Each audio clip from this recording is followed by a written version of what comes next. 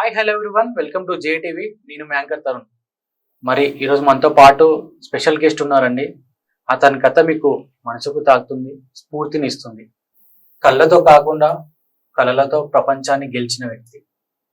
మరి అతను international Indian blind cricketer, singer, professional singer, motivational speaker. మరి అతను ఎవరో కాదు, ప్రేమ్ కుమార్ గారు. మరి ప్రేమ్ కుమార్ గారు లైఫ్ జర్నీ ఏంటో తన మాటలోనే తెలుసుకుందాం. హాయ్ అండి, నమస్తే. బాగున్నారా sir? Yeah, I'm fine. Thank you so much. Blind ఎప్పుడు వచ్చింది సార్? పుట్టుకతో వచ్చిందా లేకపోతే మధ్యలో నుంచి వచ్చిందా? Yeah, first of all thank you so much అండి తరుణ్ గారు. నాకు ఛానల్ నుండి నా ఇంటర్వ్యూ ఇవ్వడానికి నాకు అవకాశం ఇచ్చినటువంటి మీ టీం మెంబర్స్ అందరికి first of all thank you so much. Yeah, నా చిన్నతనం గురించి మాట్లాడుకోవాల్సి వస్తే, నా బ్లైండ్నెస్ గురించి మాట్లాడుకోవాల్సి వస్తే, నాకు బై బర్త్ బ్లైండ్ కాదండి నేను. ఆఫ్టర్ 10 years తర్వాత ఈ తట్టు అంటారు మా సైడ్ రాయలసీమలో, తట్టు, అమ్మవారు, చికెన్ ఫాక్స్, అది సోకి నాకు 10 సంవత్సరాల వయసులో నాకు నా కంటిపై ప్రభావం పడింది అది. ఓకే.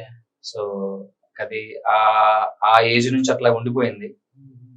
సో కొన్ని సంవత్సరాల తర్వాత అది చూపిస్తే బాగవుతుందని చెప్పారంటే కానీ డాక్టర్లు.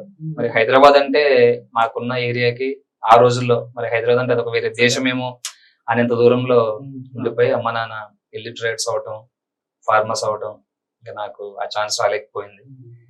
సో అట్లాగా స్టార్ట్ అయిందండి నా బ్లైండ్నెస్. అంటే మీ బ్లైండ్నెస్ వచ్చిందని ఆ 10 years లో అర్థమైందండి? 10 సంవత్సరాల వయసు తర్వాత 10 సంవత్సరాల వరకు బాగానే కనిపించేది, అంత బాగానే ఉండేది. సో కొంత మళ్ళీ స్కూల్కి వెళ్తేప్పుడు ఆ బోర్డు పై నాకు కనిపించక కొంచెం ఇబ్బంది పడేవాడిని. కొన్ని దూరంవి కనపడక అది అయ్యింది. సో తర్వాత చిన్న ఏజ్ కదా, కొంచెం ఆడుకుంటూ అట్లాగా సరదాగా గడిపేసేవాడిని. కానీ అది ఆ రోజుల్లో నాకు అంత పెయిన్ అనిపించలేదు. అది తర్వాత ఏజ్ పెరుగుతున్న కొద్దీ కొంత బాగా డిస్టర్బెన్స్ లాగా అనిపించింది నా బ్లైండ్నెస్ అనేది.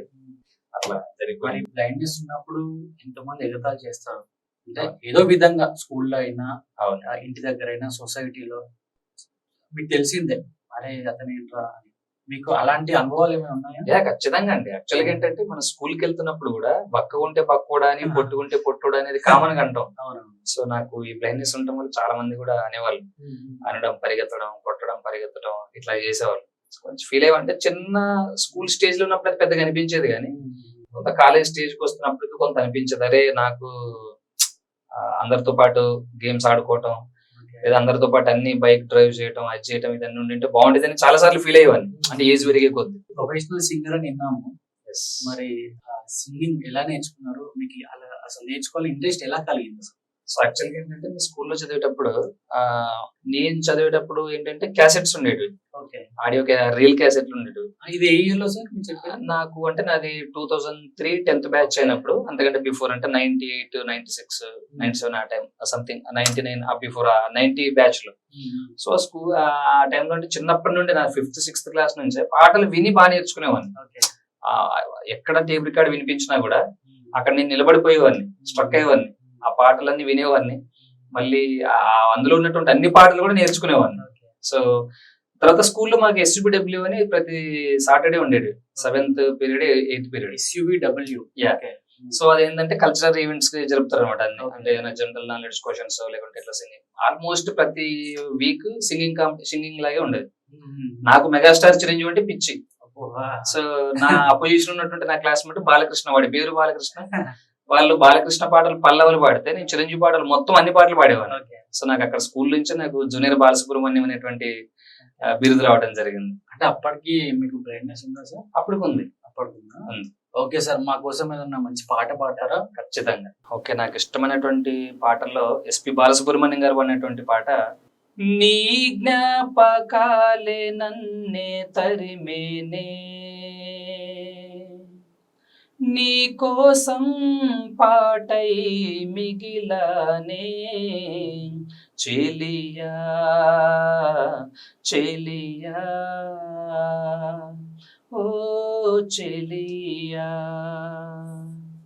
పాడనా తీయగా కమ్మని ఒక పాట, పాటగా బతకనా మీ అందరి నోట, ఆరాధనే అమృత వర్షం అనుకున్నా, ఆవేదనే హాలాహలమై పడుతున్నా, నగన మాగదులే ఇక నగనమాగదులే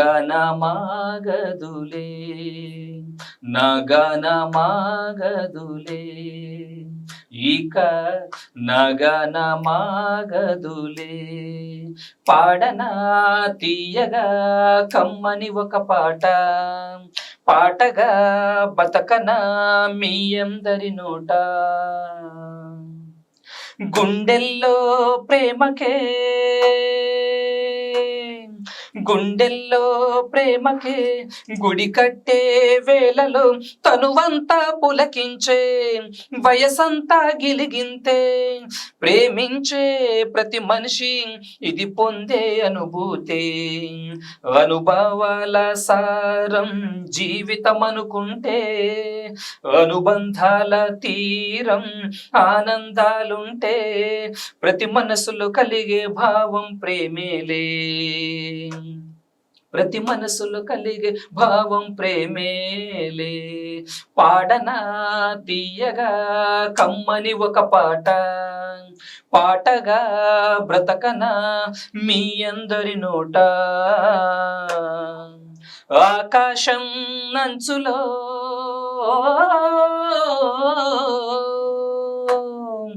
ఆకాశం అంచులో ఆవేశం చేరితే అభిమానం కలిగెనులే అపురూపం అయ్యెనులే కలనైనా నిజమైన కనులెదుటే ఉన్నావే కలువకు చంద్రుడు దూరం ఓ నేస్తం కురిసే వెన్నెల వేసే ఈ బంధం ఈ విజయం వెనుక ఉన్నది మీరేలే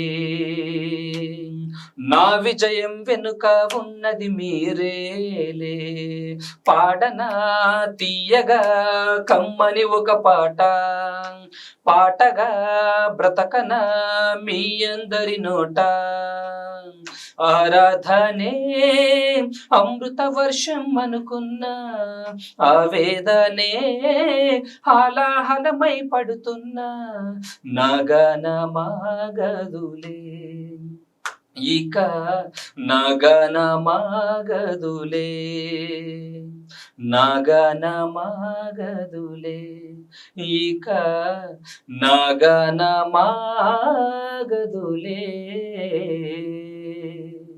సూపర్ సార్, సూపర్, చాలా బాగా పాడారు.